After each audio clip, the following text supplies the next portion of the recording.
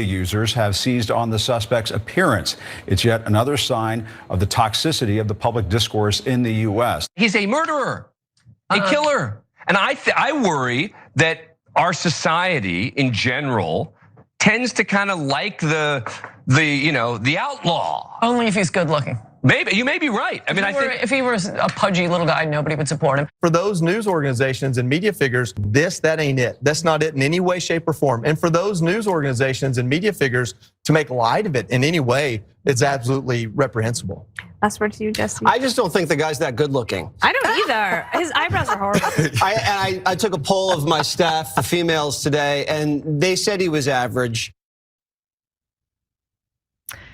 The media is getting pretty upset because it turns out that the people have spoken and they believe that the United Healthcare CEO assassin, Luigi Mangione, is a looker, attractive, and he's a thirst trap. And I get it. I totally understand why people would be upset about saying anything positive about a guy who murdered someone in cold blood. However, some news organizations are taking this a bit too far, and I want to give you an example based on some recent reporting from Ken Klippenstein over at his Substack page. He writes that on Tuesday, New York Times management said the news value and public service of showing Mangione's face is diminishing, instructing staff to dial back its use of such photos. It also directed that Luigi's manifesto not be published in the paper. I don't know why they would decide to avoid informing the people about something as important as someone's manifesto, which clearly states what the motive of the assassination was. But nonetheless, we visited the front page of the New York Times when producing this story. And sure enough, there isn't a single image of Mangione's face to be found. So let's take a look at this next graphic. What is extradition? Can fighting it help the Midtown shooting suspect? So only in an article called, titled that, can you see Mangione's back? That's the only image that's available on New York Times website. Yeah, so look, I get it. Some people find him attractive. They're gonna comment on it and other people are gonna yell at him for commenting on it. Right. But can you please trust me that that's not the main point here? And can we focus on the fact that both people on the left and right are furious with health insurance, and that's why they're cheerleading this guy? Exactly. And guys, it's not. Think about it this way: like when I've seen shooters throughout, all the time I've been covering news here, they're very, very rarely celebrated outside of a fringe group. They were right? never celebrated. Yeah, and certainly not in media, certainly not in a way that burst out into the public. Exactly. Right? Yeah. So whether they're mass shooters, school shooters, whether they're right-wing shooters killing Latinos or synagogue, or it's a left-wing guy doing it, whatever, never celebrated, right?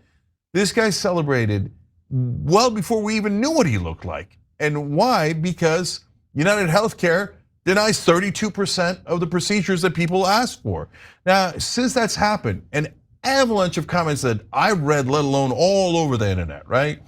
I got denied for this, I got denied for that. We had cancer. Well, what about you? What do you want me to do? Die? What do you like? And things that you absolutely need for your kids to be able to survive. And they're like, it's an elective surgery. It's not an elective surgery, right? We're not talking about liposuction here, et cetera. There's so many things that they deny that is core to your health and to literally being able to live. And not just them, but all of the entire industry. So if you're focusing on his looks, you've missed the point intensely. Yes, I agree. So with that in mind, Cenk is alluding to something very real and something that's felt across the political spectrum. Again, I want to reiterate that doesn't justify murdering people, that doesn't change the system. But I think that our politicians are finally starting to wake up to the fact that the vast majority of Americans are furious at our broken healthcare system. So a new report in The Lever helps to explain why Americans are so furious at the American healthcare system. They write the following: the country's largest health insurers have invested over $120 billion into repurchasing their own shares since the passage of the Affordable Care Act in 2010. And those insurers include United Health Group, Cigna, Elevance Health and CVS Health. So these stock buybacks are taking priority over what the company is actually supposed to do for Americans. In recent years, top C-suites across the healthcare industry have authorized more spending on stock buybacks than on company research and development. And the company that did the most stock buybacks, you guessed it, United Healthcare. So 44% of buyback expenditures came from United Health Group, which covers more Americans than any other private insurer or health insurer. United Health has increased its annual share repurchasing program by 217% since 2010, dumping a whopping $54 billion into buybacks during that time. Meanwhile, Americans are getting screwed by these exact companies. Families spent an average of 55% more on their healthcare premiums in 2020 than they did in 2010. On a per person basis, healthcare spending by Americans with private insurance grew by 61% from 2008 to 2022. 1 in 4 Americans say they've avoided seeking healthcare in the past year because of the cost. Half of all US adults say they'd be unable to afford an unexpected $500 medical expense, and medical bills account for 40% of US bankruptcies. So I wanna give a little bit of clarification when it comes to that study about the $500 medical expense. It's not that they would go bankrupt if that $500 expense were to be a liability of theirs. It's that they would have to probably charge it on credit cards because they don't just have the cash on hand. So Cenk, take it away. Yeah, 40% of the bankruptcies, as Anna just read you, are medical bankruptcies. That's nuts. That, again, doesn't happen in any other country. So it's not just that our lives are in danger and our health is in danger as they maximize profit, it's that it also wipes us out financially. They're literally sucking all the money out of the system, out of our, you could barely pay rent, you can't afford houses, and when inflation goes up, you're in massive trouble because God forbid you have a medical issue, your insurance might cover some of it or none of it, and then you gotta cover it, and then boom, there you go, you're totally wiped out, right?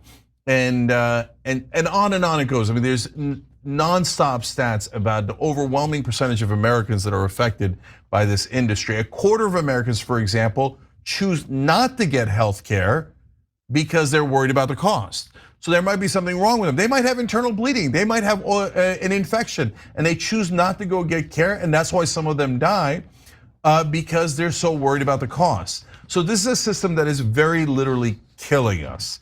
And as it's doing that, they're taking $120 billion off the table in profit seeking. So guys, it's not about, oh my God, United Healthcare CEO is so greedy, and if they had a different CEO, he would be less greedy or more patriotic or more moral. It doesn't work that way. This is the entire industry, and anytime you say maximize profit on healthcare, they are always, no matter what happens, if that's their only goal, they're always going to cover the least amount and charge you the most amount, because that is how you maximize profits. So all of these nonsense conversations about is someone moral or is the other person immoral is irrelevant and ridiculous. If you make it a for-profit system, we will always get terrible results. Remember guys, if you have universal health care like every other developed nation, you can layer on private health care on top. Nobody's stopping you from that, right? But you've got to at least protect the citizens through cops, firefighters, military, and health insurance. So is there any hope of our lawmakers working on legislation to fix this broken system? And would that legislation even come to fruition? Well, look, I'm gonna be honest. Obviously, at this moment, with the corruption baked into our system, the chances are still very low. However, there is a small development that I wanna talk about. So yesterday, there was a bipartisan group of senators and congresspeople who introduced a bill that would take on certain healthcare companies. The federal legislation would prohibit companies that own drug middlemen, AKA PBMs, or health insurers from also owning pharmacy businesses. So CVS Health, Cigna, and United Health each own a major health insurer, a pharmacy benefit manager and a pharmacy business. Any company that owns a PBM and or health insurer and a pharmacy business, based on this legislation, if it were to pass, would be forced to divest from their pharmacy business within 3 years.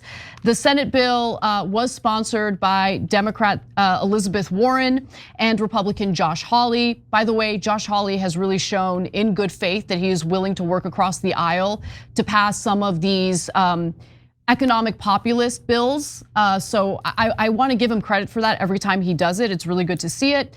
Now, the House bill was sponsored by Democrat Jake Auchincloss and Republican Diana Harshbarger. These names are hard. Anyway, Warren said of the bill, PBMs have manipulated the market to enrich themselves, hiking up drug costs, cheating employers, and driving small pharmacies out of business. That is absolutely true. I think a lot of people have seen this happen in their own neighborhoods. My new bipartisan bill with Senator Josh Hawley will rein in these middlemen.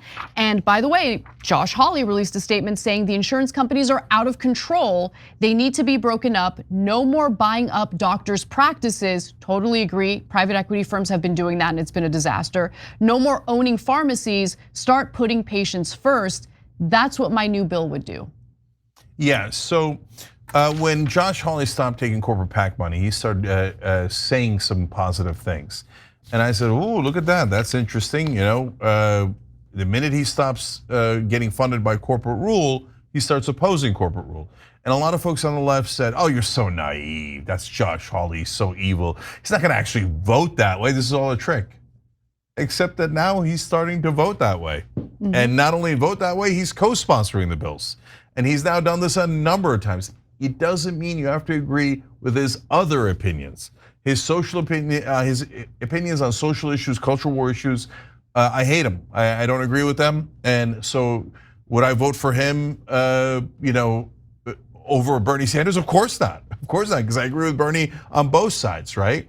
But if you're pretending that he's not actually voting in the right way on some issues and populist issues, economic issues, you're wrong, he is voting the right way.